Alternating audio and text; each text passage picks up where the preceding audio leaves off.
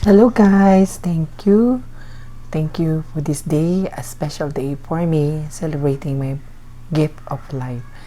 So, this content is more on thanksgiving to God for all the blessings, for the memories that I shared with, for all the people that surround me, na andyan sila lagi sa akin to support.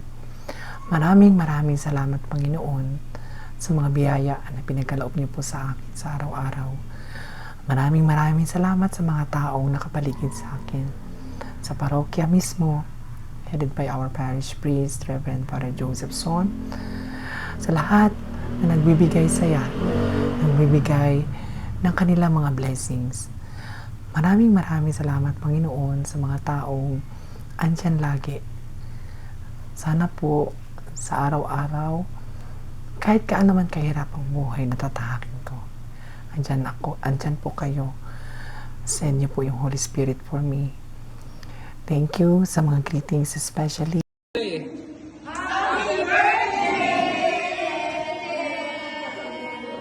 Huwag kang masyadong nagsusuplado pagpagod. Happy birthday. Stay healthy. Happy birthday, Inday.